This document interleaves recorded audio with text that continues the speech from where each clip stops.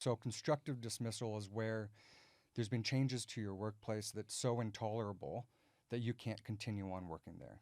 So, for instance, you've had a dispute with your line manager, and and you can't work with that manager anymore, and so you asked to be relocated to be supervised by somebody else, and instead of doing that, they terminate your employment.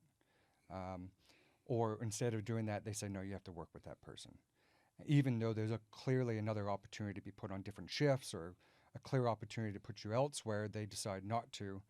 That makes your work so intolerable that you have no choice but to resign, effectively under protest.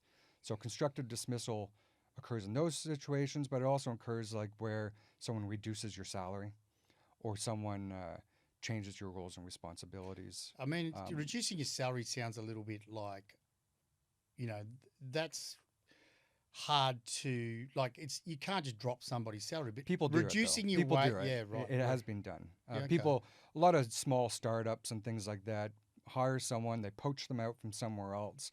They come across, they put them on this big salary, and then the company realizes they don't have sufficient turnover to actually pay those wages, and say, "Look, I'm going to reduce you down by 20%." Well, I'm glad you And, told me. I'm and, a and that startup. and that employee effectively doesn't really have a choice but to accept that role, and that reduced salary. And that can be seen as a constructive dismissal, which is a constructive dismissal is an unfair dismissal.